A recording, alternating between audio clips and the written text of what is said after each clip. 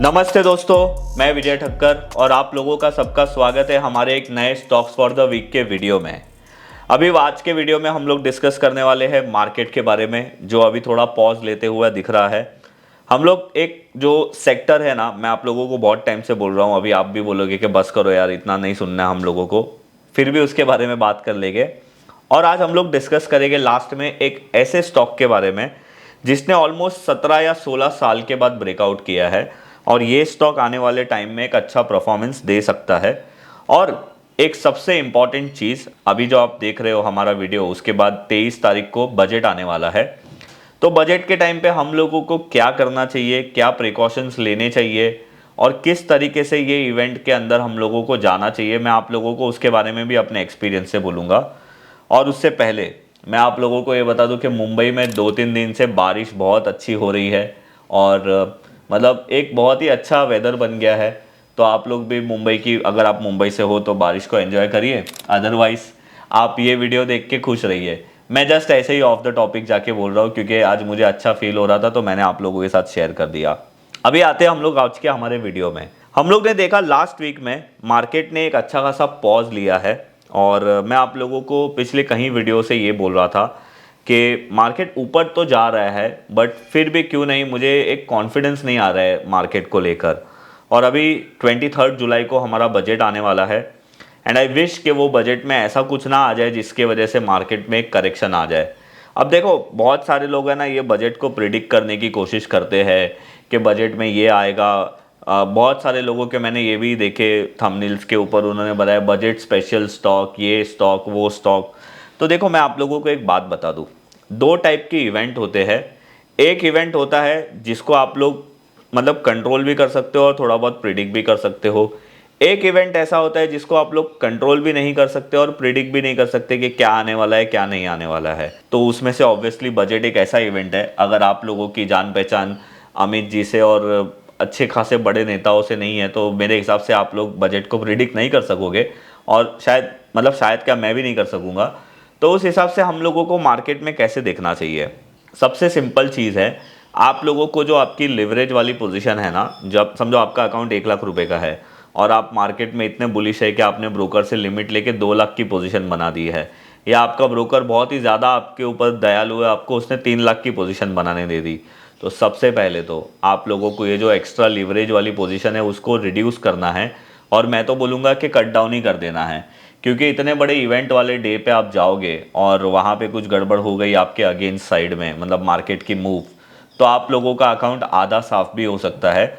और ये हमने 3 जून और 4 जून को होते हुए देखा था। एग्जिट पोल आया था, बहुत अच्छा, मार्केट ऊपर था, और फिर 4 जून को जो रिजल्ट आए थे वो आप लोगों ने सबने देखा। तो जनरली मेरा एक ऐसा व्यू रहता है कि मैं ऐसे बड़े टाइम पे बहुत ही लाइट अपनी पोजीशन रखूं और जितना मैं वो पोजीशन को हैंडल कर सकता हूं उतना रखूं। तो अगेन, मैंने आप लोगों को इलेक्शन के टाइम पे बोला था कि 10% का करेक्शन हो जाएगा, फिर भी आप ये पोजीशन को होल्ड करना चाहोगे, वैसे ही स्टॉक्स को होल्ड करो, बाकी सबको निकाल दो। तो अगेन मैं आप लोगों को सेम बोलूँगा, यहाँ पे 10% नहीं पर 5 to 6% का मार्केट में करेक्शन हो सकता है, वैसा सोच के चलो। ना हो तो अच्छा है, बट हमें हमेशा मार्केट में एक्सट्रीम से ख़राब वाला जो सिनेरियो होता है ना, वो सोच के हमारी पोजीशन बनानी चाहिए। तो देखो, मार्केट में लास्ट वीक में थोड़ा बहुत पॉज आया और ज़्यादातर स्मॉल कैप मिड कैप में मार्केट में फॉल आया। और अभी हम लोग है ना, फिलहाल चार्ट पे जाके देखते हैं कि आने वाले टाइम में हमारे साथ मार्केट में क्या हो सकता है। तो अभी निफ्टी का आप लोग ये मंथली टाइम फ्रेम का चार्ट देख रहे हो, मंथली टाइम फ्रेम में अभी भी कोई प्रॉब्लम नहीं है। हाँ, अगर ये मंथ का लो टूटता है जो 23,992 है, तो हम लोगों को एक प्रॉब्लम आ सकती है। वीकली टाइम फ्रेम में आप देखो, मार्केट में ऊपर में अच्छी खासी सेलिंग आई है और मार्केट मतलब एक ख़राब कैंडल से ही क्लोज हुआ है। और जनरली क्या होता है ना, आप लोगों को गिरने के लिए सबसे ज़्यादा तब डरना चाहिए जब मार्केट टॉप पे हो। अभी आप यहाँ पे देखो, ऑलमोस्ट कोविड के बाद मार्केट, जो कोविड का हाई था 12,400 और अभी 24,500 है। मैं ऐसा नहीं बोल रहा हूँ कि मार्केट और ऊपर नहीं जाएगा, मार्केट और ऊपर जा भी सकता है, पर डाउन साइड का रिस्क अभी हमारे पास ज़्यादा है, तो हमें बच के रहना चाहिए। अगर आप डेली टाइम फ्रेम पे देखोगे तो कल एक जो डबल कैंडलस्टिक पैटर्न होता है, जो बेरिश एंगल्फिन होता है, वो कैंडल्स मतलब बनते बनते वो बच गया वो पैटर्न, क्योंकि उसने 18 जुलाई का लो नहीं तोड़ा था विच वॉज 24,504 और कल का लो था 24,508। तो ये एक बहुत ही इंपॉर्टेंट लेवल है। ये लो टूटेगा तो हम लोग ईजिली 24,300 और आप यहाँ पे देख सकते हो ये जो नियरेस्ट स्विंग लो है 24,100 का। और अगर एक्सट्रीम मार्केट में फॉल आता है तो हम लोग 23,600 और 23,300 लेवल्स के फेस भी हम लोग देख सकते हैं। तो ये मेरा एक्सपेक्टेशन है मार्केट को लेकर। मैं कोई मार्केट में ज़्यादा बुलिश नहीं रहूँगा। इनफैक्ट अगर आप बैंक निफ्टी को देखोगे ना तो निफ्टी के कंपैरिजन में बैंक निफ्टी ने कुछ खास इतना अच्छा परफॉर्म नहीं किया है। और अगर आप यहाँ पे बैंक निफ्टी का सपोर्ट देखोगे तो 51,130 और 48,600 का एक इम्पॉर्टेंट सपोर्ट है। तो मैं अभी आप लोगों को फ्रैंकली बोलता हूँ कि मार्केट को लेकर मेरा कोई ज़्यादा खास ऐसा व्यू अभी भी नहीं बन रहा है। मैं सिर्फ जो 3 जून के हाई है उसको as a important support level अपना अभी तक पकड़ के चल रहा हूँ। अगर आप अभी सेक्टर्स की बात करोगे तो लास्ट वीक में आप यहाँ पे क्लियरली देख सकते हो मीडिया सेक्टर सबसे ज़्यादा गिरा, फिर मेटल गिरा, पीएससी, सीपीएससी, स्मॉल कैप, मतलब सब सेक्टर ज़्यादातर गिरे ही थे। अगर हम चलने की बात करें तो आईटी सेक्टर चला, एफएमसीजी सेक्टर चला, पीएसयू बैंक चला और सर्विस सेक्टर भी थोड़ा बहुत चला। अब देखो आईटी सेक्टर और फार्मा सेक्टर और एफएमसीजी सेक्टर एक तरीके से थोड़े बहुत डिफेंसिव माने जाते हैं, खास करके एफएमसीजी और फार्मा। जब मार्केट ख़राब होता है तब यहाँ पे थोड़ी बहुत बाइंग हम लोगों को दिखती है, तो वो भी यहाँ पे बन रही है। और मैंने आप लोगों को पहले भी बोला था कि आईटी सेक्टर बहुत अच्छा है हमारे लिए। और अभी फ्राइडे को विप्रो का रिजल्ट आया था और वो जो एडीआर होता है वो 10% कुछ डाउन बता रहा था। बट मेरे हिसाब से ये देखो, ये आईटी इंडेक्स का मंथली टाइम फ्रेम का चार्ट है। जिस तरीके से आईटी इंडेक्स ने अपने ऑल टाइम हाई को ब्रेक किया है, अभी आप बोलोगे कि विजय भाई यहाँ पे तो बहुत साल के बाद का ब्रेकआउट नहीं हो रहा है। तो देखो इंडेक्स में ये बहुत रेयर होता है। इंडेक्स में आपको बड़े बड़े ब्रेकआउट्स बहुत रेयर देखने मिलते हैं, छोटे टाइम फ्रेम के ही ब्रेकआउट्स देखने मिलेंगे ज़्यादातर। तो 2022 का ब्रेकआउट अपना आईटी इंडेक्स कर रहा है विच इज़ 39,446। अगर आप रेंज कैलकुलेशन करोगे तो 53,000 तक का अपर साइड में लेवल आ रहा है। तो अगर आप लोगों को ऐसे पैनिक में अच्छे आईटी स्टॉक्स अच्छे प्राइस पे मिले तो आप लोगों को वहाँ पे ध्यान देना चाहिए। ये सेक्टर एक उभरता, मतलब एक प्योर हिंदी में बोले तो उभरता सेक्टर बन सकता है। बाकी अगर हम बात करें अदर फैक्टर की तो एफआईएस ने लास्ट वीक में 4 ही दिन मार्केट शुरू था, बाकी सब दिन छुट्टी थी, तो एफआईएस ने चारों दिन बाइंग की है। डॉलर इंडेक्स की अगर हम लोग बात करें तो 104.30 के आसपास ट्रेड कर रहा है। इंडिया विक्स की हम लोग अगर बात करें तो 14.80 के आसपास चल रहा है। ठीक है, मतलब इतना ऊपर बढ़ेगा, अगर बजट में कुछ गड़बड़ आएगी तो ये 20 तक भी जा सकता है नंबर।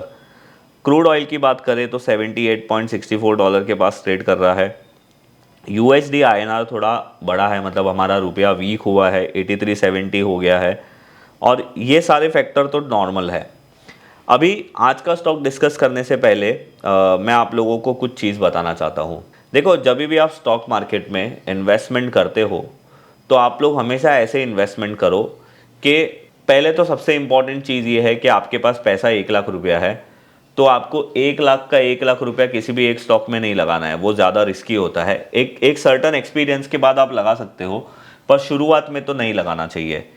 और दूसरा सबसे इम्पॉर्टेंट चीज़, अगर आप 100 रुपये की चीज़ 150 रुपये में खरीदोगे और जब ऐसी मार्केट सिचुएशन आएगी और वो 150 रुपये की चीज़ 120 या 110 रुपया होगी, तो क्या एक्चुअल में वो स्टॉक खराब हुआ है? तो मेरे हिसाब से वो स्टॉक खराब तो नहीं हुआ है, क्योंकि उसने तो ब्रेकआउट 100 रुपये पे दिया था, आपने उसको 150 में खरीदा था फोमो में आके, तो आपकी बाइंग प्राइस ऊपर है, आपने उसको ऊपर खरीदा और फिर वो मार्केट करेक्शन के साथ मार्केट गिरेगा तो सब स्टॉक गिरते हैं, पर ये स्टॉक अपने मेजर लेवल के नीचे नहीं गिरा है। तो मैंने बहुत लोगों को देखा है कि पहले तो वो फोमो में आके ऊपर के भाव में शेयर खरीद लेते हैं और उसके बाद यूट्यूब में जाके कमेंट्स करते हैं कि अरे ये शेयर का क्या करे, ये शेयर का क्या करे। अरे भाई, आप भी तो अपना एनालिसिस करो।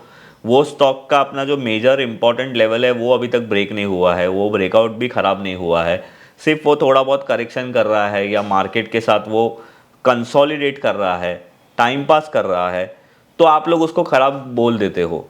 तो ये चीज़ आप ध्यान रखो। जैसे मैं देख रहा हूँ कि रिको ऑटो है वो भी यही कर रहा है, एलटीएफ है, नाटको फार्मा, एसएमएस फार्मा, बाद में एलआईसी देख लो, गल्फ ऑयल के बारे में बहुत जन ने बोला, बाद में आप ये देख लो अतुल ऑटो। तो क्या ये सारे स्टॉक खराब हो गए? ऐसा नहीं होता है। एक राइट प्राइस पे आप कोई चीज़ खरीदोगे तो खराब मार्केट में भी आप नहीं डरोगे। और सबसे इम्पॉर्टेंट चीज़, कुछ भी करने के पहले अपना भी थोड़ा एनालिसिस करो। ऐसा ज़रूरी नहीं है कि किसी ने कुछ बोला तो आपको कर लेना चाहिए। मतलब ये मुझे एक ऐसा फील हुआ तो मैंने आज आप लोगों के साथ शेयर किया। तो अभी आ जाते हैं हम लोग हमारे आज के स्टॉक के ऊपर। और आज का जो हमारा स्टॉक है उसका नाम है इंडिया सीमेंट। और ये मैंने आप लोगों को पहले भी शेयर किया था, लास्ट वेडनेसडे वाले वीडियो में भी मैंने आप लोगों को बोला था।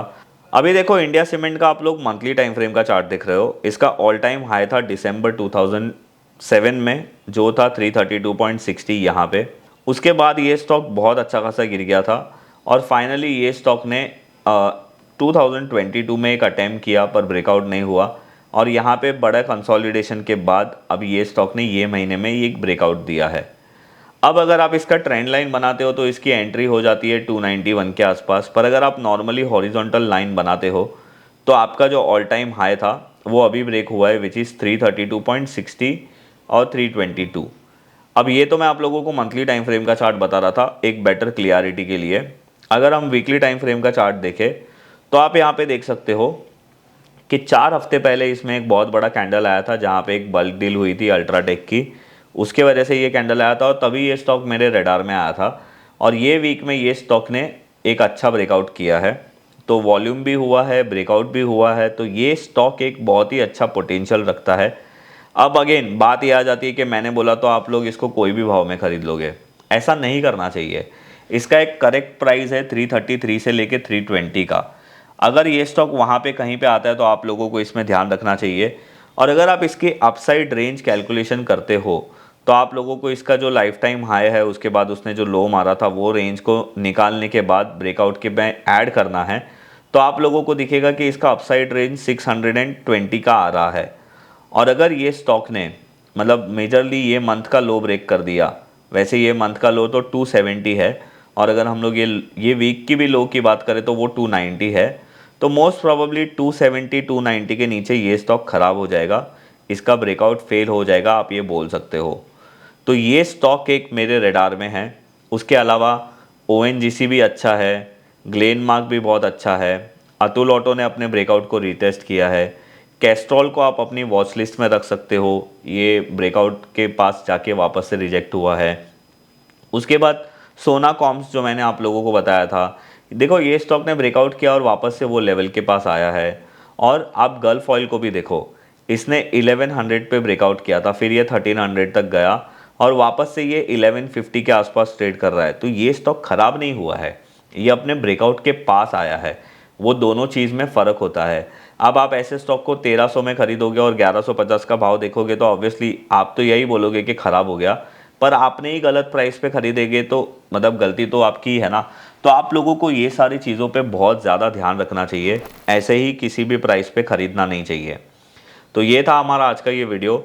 अभी हमने ना कल की बात है, मतलब आप ये वीडियो संडे देखोगे, हमने सैटरडे को हमारे चैनल पे मतलब एक वीडियो पोस्ट किया है हमारा पॉडकास्ट जो हमने बनाया पुनीत जी के साथ। उसमें पुनीत जी ने यही कॉन्सेप्ट के बारे में बताया, वो भी हमारे ही मतलब मेरे कॉन्सेप्ट को नहीं, वो भी हमारी जैसी मेथड को ही फॉलो करते हैं। और उन्होंने बताया कि लॉन्ग टर्म चार्ट्स देखने के फ़ायदे क्या क्या होते हैं और कैसे वो लॉन्ग टर्म चार्ट्स को देखते हैं। और डिटेल में उन्होंने कुछ चीज़ें बताई कि वो कौन से पैरामीटर्स को लगाते हैं लॉन्ग टर्म चार्ट्स देखने के लिए और वो पिरामिडिंग कैसे करते हैं, स्टॉप लॉस की कैसे उन्होंने मेथड लगाई है। तो उसमें उन्होंने अपने मेथड के बारे में थोड़े बहुत चीज़ें शेयर की है। तो वो वीडियो देखना है तो आप जाके ज़रूर देखिए, आप लोगों को भी मज़ा आएगा। और पुनीत जी के साथ हमने 1 साल पहले भी एक वीडियो बनाया था, उसकी भी मैं लिंक डाल दूंगा, वो भी आप ज़रूर देखिए, तो आप लोगों को भी एक अच्छा आइडिया मिलेगा। देखो कोई भी बड़ा इवेंट आने वाला होता है ना, उससे पहले आप लोगों को आपकी पोजीशंस को कंट्रोल में लाना चाहिए, क्योंकि आप सिर्फ एक ही चीज़ को कंट्रोल कर सकते हो, वो है आपका अकाउंट। बाकी आप इवेंट को कंट्रोल नहीं कर सकते। तो आप अपने अकाउंट को कंट्रोल करिए, इवेंट को आने दीजिए, फिर जाने दीजिए और फिर वापस से अपने अकाउंट के ऊपर अपना अच्छे से काम करिए। बाकी सारी चीज़ों को साइड पे छोड़ दीजिए, क्या हो सकता है क्या नहीं हो सकता है वो मोदी जी पे छोड़ दीजिए। हमने इसीलिए उनको वहाँ पे रखा है कि वो हमारी तरफ से कुछ करे, राइट। तो ये चीज़ आप ज़रूर ध्यान में रखिए। अगर आपको हमारा आज का ये वीडियो पसंद आया तो आप हमारे वीडियो को लाइक और शेयर कर सकते हो। और अगर आप लोगों को ये चीज़ के बारे में और डिटेल में सीखना है कि भाई स्टॉक सिलेक्शन कैसे करते हैं, किस स्टॉक में कहाँ एंट्री करनी चाहिए, सेक्टर एनालिसिस कैसे करना है, तो आप मेरा 1 ईयर का प्रोग्राम ज्वाइन कर सकते हो, जिसकी लिंक मैं नीचे डिस्क्रिप्शन में दे दूंगा। और अगर आप लोगों को नहीं करना है तो मत करिए, यहाँ पे भी आपको मैं बहुत सारी चीज़ें सिखाते रहता हूँ। आप हमारे वीडियो को लाइक ज़रूर करिए, आपका लाइक हमारे लिए बहुत ज़्यादा इम्पॉर्टेंट है। और आप कमेंट करिए कि क्या आपने अपने ये बजट के पहले आपने अकाउंट को अपने कंट्रोल में रखा है या नहीं रखा है। और आप भी मुझे बताइए कि आप लोगों को ये लास्ट वीक में कौन से अच्छे स्टॉक लगे, आप कमेंट करके ज़रूर बताइए। अगर आपने हमारे चैनल को अभी तक सब्सक्राइब नहीं किया है तो सब्सक्राइब ज़रूर करिए। मैं मिलूँगा आप लोगों को ऐसे कोई नेक्स्ट वीडियो में, तब तक के लिए बाय बाय।